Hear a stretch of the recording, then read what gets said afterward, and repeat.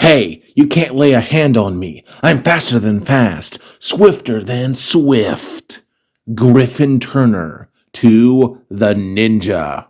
Hello, I'm Sensei the Dark Master, and in today's installment of The Lore of Ninjago, we shall be continuing our coverage of the elements of Ninjago.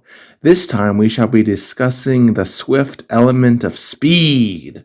We shall be covering the elemental power's history, those people, creatures, and objects that have wielded its power, the powers it bestows to its users, its weaknesses, the colors and symbols it's associated with, and much, much more. The history of the elemental power of speed began like that of most other elements, with the first Spinjitzu master, who would then teach the elemental power of speed to an individual who would become known as the first elemental master of speed. This individual would then eventually pass the power to their son or daughter, who would then pass it to their child for over 100 generations until it came to one referred to as Griffin's grandparent, who eventually passed it on to their kid, who then eventually passed it on to the individual known as Griffin Turner. At some point before the start of the series, he unlocked his true potential, and also at some point before the series, Garmadon encountered Griffin Turner in the elemental power of speed. During the Tournament of Elements, Griffin, the Master of Speed, would meet the ninja and other elemental masters at the Ninjago City docks, where he and the others were taken by the sneaky sorcerer Klaus to Chen's Island by ferry. Griffin used the elemental power of speed during the first round of the Tournament of Elements to easily gain a Jade Blade from Cole, taunting the Earth Ninja for his slowness before securing his victory and running off. During the second round of the Elemental Tournament, Griffin Turner competed against Gravis, the Elemental Master of Gravity. Though the floating turban-wearing guy had an advantage and was initially able to use his powers to float the Jade Blade to him and fight Griffin, Griffin managed to use his speed to snatch it from him just in time and so won the round against the otherwise floating guy. He then watched Kai fight Ash, the elemental master of smoke, which is an element I've already made a video on if you're interested, to which Kai won. And the next day he watched Skylar, the elemental master of amber, which has gotten its own video in the past, so check that out. She fought against Jacob Pevsner, the elemental master of sound. During the third round of the tournament, Turner participated in a roller derby. Although initially hostile to the ninja, in the end he helped the ninja beat Tox and ended up seeing that lady get eliminated. For the next round of the tournament, Griffin and the other elemental masters remaining boarded a blimp and were dropped onto the island and searched for Nia, but was, despite his power of speed, captured by the cultists and drained of his power by Chen, who then put him into slavery at his noodle factory. Eventually, thanks to the ninja, Chen's Staff of Elements was destroyed and the elemental powers thus returned to their owners, including Griffin. Griffin would use the power of speed to round up the cultists, except Chen, who, despite their best efforts, escaped and used his own daughter to perform a spell that transformed him and all who bore the Anacondri cult's tattoo into mighty Anacondri warriors who, thanks to their power, were able to overwhelm the elemental masters and left them all stranded on the island.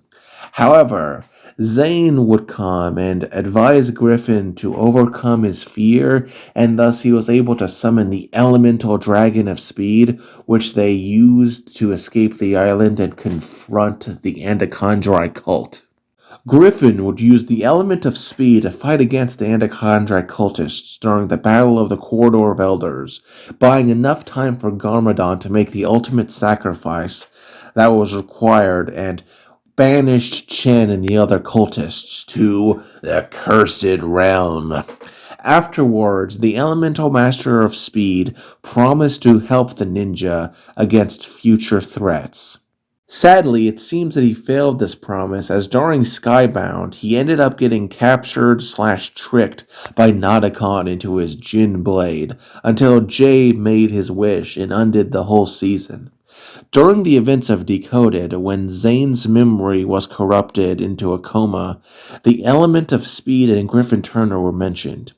He would then return properly in the season Hunted, where he helped Lloyd with his resistance movement against the evil resurrected Lord Garmadon and his biker cult, known as the Sons of Garmadon. Though he did get arrested, in the end he managed to escape and helped to put a stop to these evil bikers. Now that we've covered the history of the element of speed, let us discuss those people who have wielded the elemental power of speed. First, of course, there was the first Spinjitzu master. Then there was an individual known as the first elemental master of speed. Then there was Griffin's grandfather, and most recently in this direct lineage, there is Griffin Turner, who is the current elemental master of speed. Via the Staff of Elements, Master Chen could also use the elemental power of speed as he did against Lloyd. Kai also had brief access to the power when he wielded the staff before destroying it. Skylar could also wield the power of speed thanks to her elemental power of Amber, which I've already made a video about, so check that out if you're interested in learning more about it. But in essence, it allows her to copy the abilities of other elements. Nadakon could also theoretically wield the power via the Jin Blade, but he never did utilize it, so yeah, there's that. In terms of creatures, only one has wielded the power of speed, that's being the elemental speed dragon, which is distinct for its unique white, pink, and magenta coloration, and that unlike the other elemental dragons, doesn't have an aura, rather uses white lines that flow from its wings. In terms of objects, there have been two that have contained the elemental power of speed. First, there was the Staff of Elements, which was composed of chrono steel and blue crystal, two substances which on their own could hold one element, but when combined could hold multiple of them.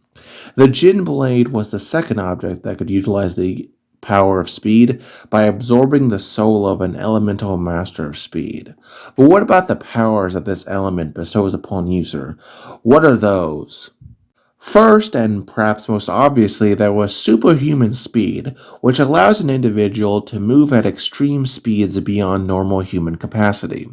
It allows them to attack quicker and run fast for a long time, and escape from enemy attacks. There are several sub-powers in this. First, there is superhuman agility, with which the user has increased agility. With accelerated perception, the user can see the world as if it were moving in slow motion. This allows them to enhance the reflexes of themselves. With superhuman reflexes, a user has reflexes that are super fast. With Speed Strike, the user is able to use striking skills with high power due to high speed, meaning that they can punch, kick, cut, pierce, smash with high speed, basically thanks to high force. With extreme force generation, a user can generate great amounts of physical force, like kinetic energy, which can be used for running up walls and even over water. With superhuman leaping, the user can leap via super speed very high. It can also be used to do a double jump and a jump kick, such as when Griffin used it during his fight against Gravis. The element of speed is associated with the color of white and crimson, and has a really cool symbol of this hourglass with curls branching off it at various locations. Looks pretty cool.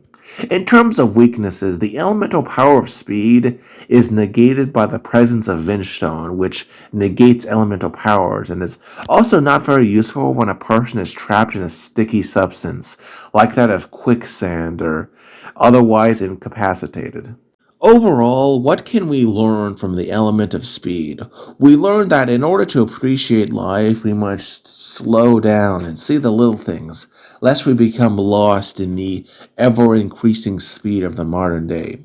We learn that perception can often enhance one's abilities and that we must always sharpen it, and that sometimes taking your time is better than blindly rushing ahead. Anyway, I am Sensei the Dark Master, and join me next time on The Lore of Ninjago. Have a great day and subscribe if you like these types of videos. Peace out.